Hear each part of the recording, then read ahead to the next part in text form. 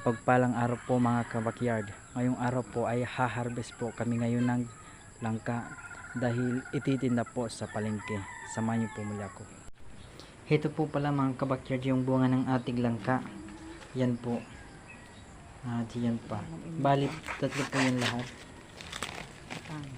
Pero dalawa lang ang ating kukunin dahil yung isa ay di gaano kalagyan.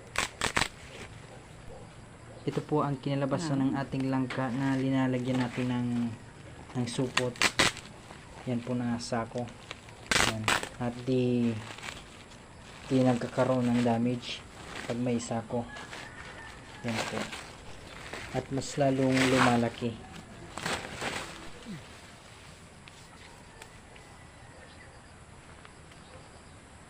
Yan po mga kabakyard. Yung isa maliit dahil ang ginamit natin na sako ay yung sako ng simento.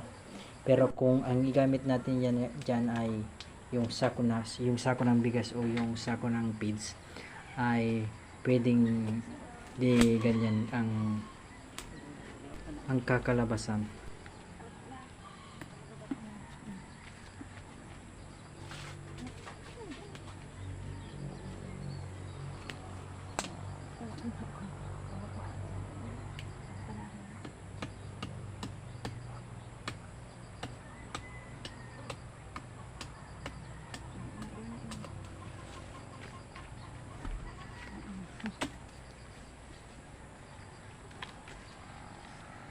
Ito na po mga kabakyard, at kita naman po ang pinagkaiba.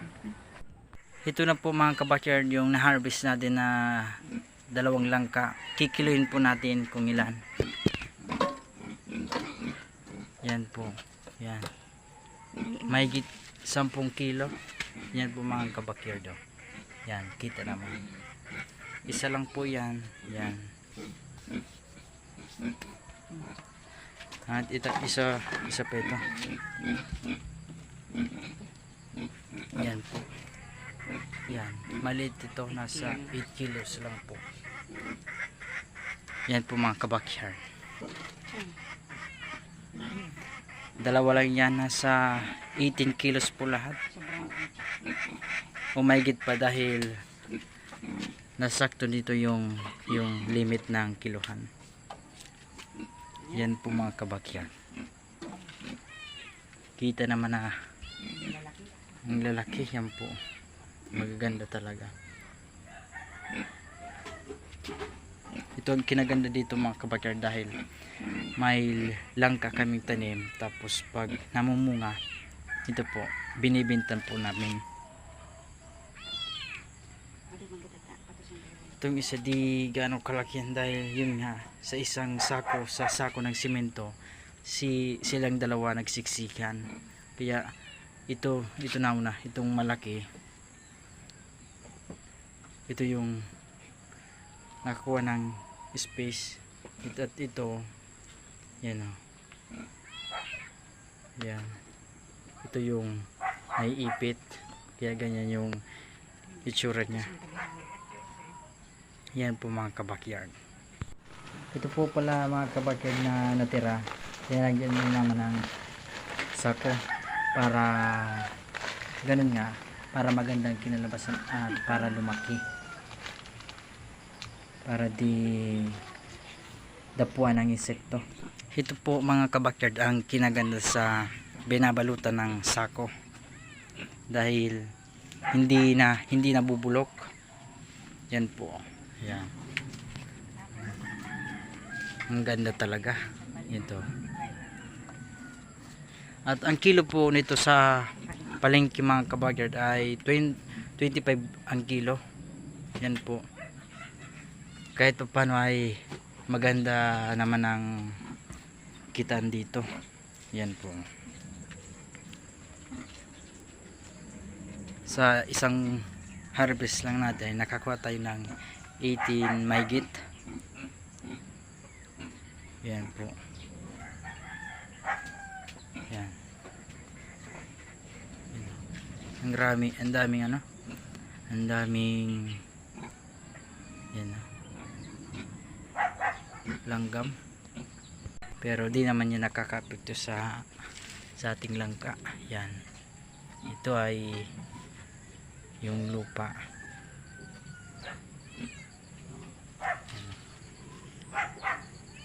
Maganda talaga ang pagtatanim ng ng langka. Ito po pala mga kabakyard, nag-harvest po kami ng kamuting kahoy dahil bibili po si tita na ititinda po sa palengke.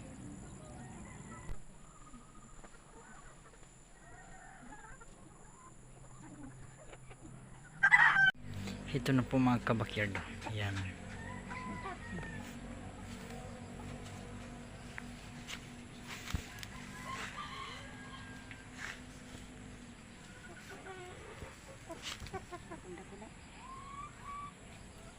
At kukuha pa tayo.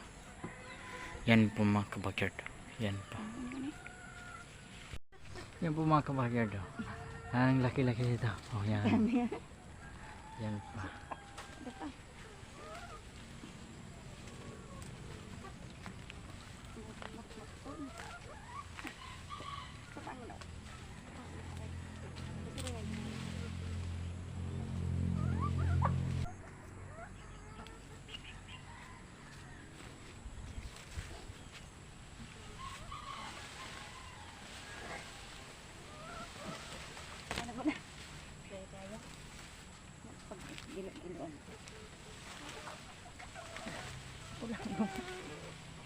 Tara mamo, hindi kayang bunutin.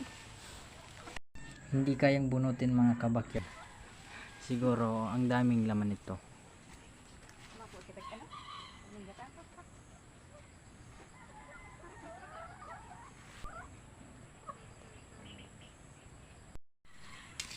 Ito po mga kabakyard ang kinaganda nito na itanim itong malalaki.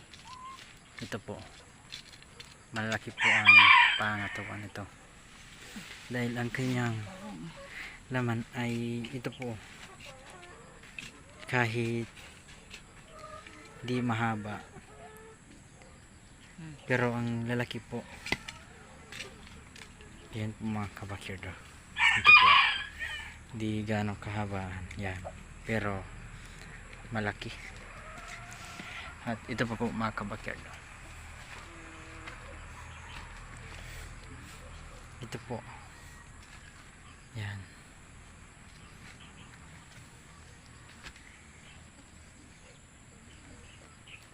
Ito po yan.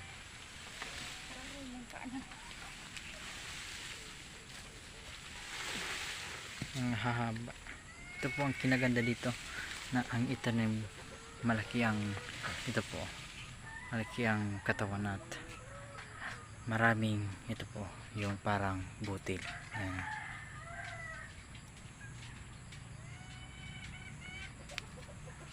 Ayan, ganito yung lumalabas ang yung lumalabas ang saha.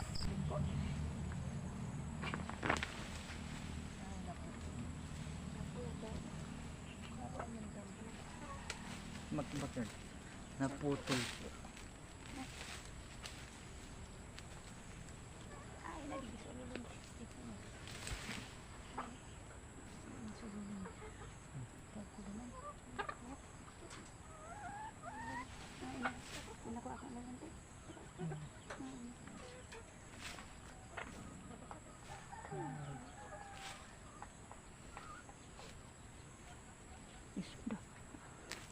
Ararunong pa ko.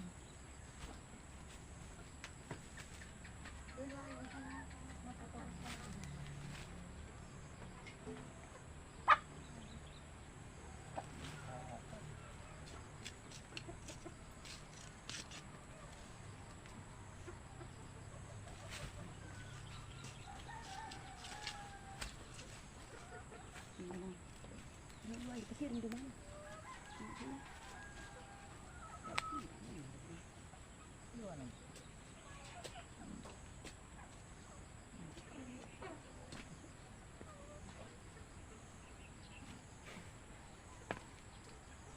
Ang laki. Sarap man sana. Ito po mga kabakyard. malaki pa dito sa binti ko. Ito po, Wala na. malaki pa po ito, itong kamuting kahoy. Wala na. Siro man sana. Ito pa. Kung kudo sa pagano ka na.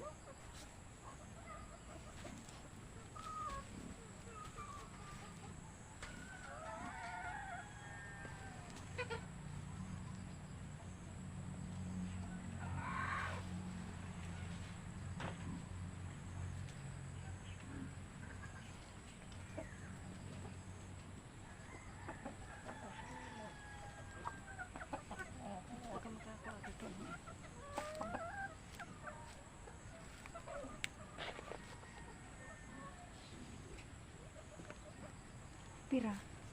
Ako baga ini. Ayun. Lain naman. Lain.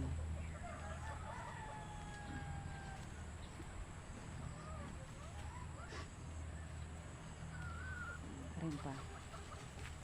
Ang dako na tayo. Kara na. Uni. Yan po mga kabakir nakuha namin.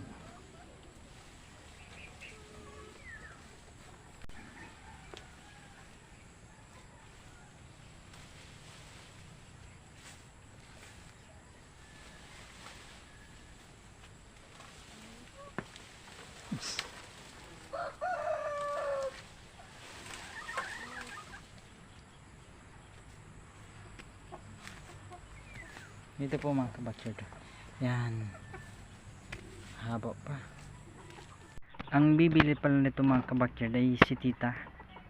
15 kilos daw po ang kanyang bibilihin. Yan po. At ang kilo po nito sa amin ay 25 ang per kilo po. Yan po. Kagaya rin po ng langka ay 25 rin po ang kilo. Yan po. Ito po ang kinaganda sa malalaki ang pananim. Ito po. At malalaki rin ang kanyang laman. Yan po mga kabakyard. Dalawang klase po sa amin dito ang pananim namin. Ito po ay yung mga maliliit. At yun po sa kabila ay yun po yung mga malalaki. Ito po ang kanyang laman. Yan po. At ang laman po nito ay ito po ang maliliit. Yan. Dalawang klase po. Ito po ang kinaganda dito sa kamuting kahoy dahil di mo po ito kailangan ng abono. Pagkatanim mo po ay patuloy na po yan nabubuhay. At di mo kailangan diligan, di mo kailangan sprayan ng insecticide. Yan po, pinabayan lang namin. At yan po.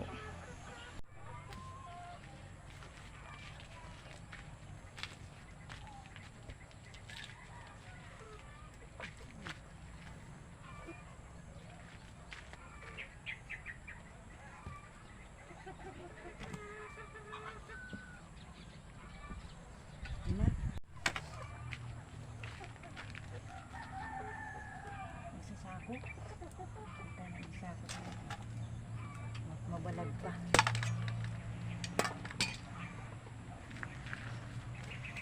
Sabi mo rin kung ito.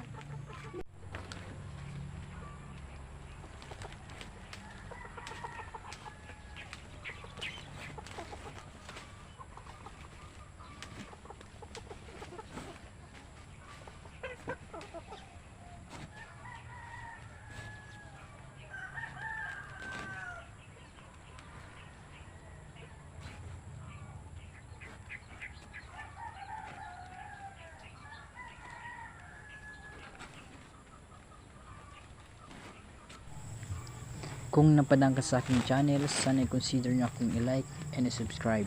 Malaking tulong po yan At kung nagadaan ka sa ating content, sana i-share nyo na rin para marami ang matulungan.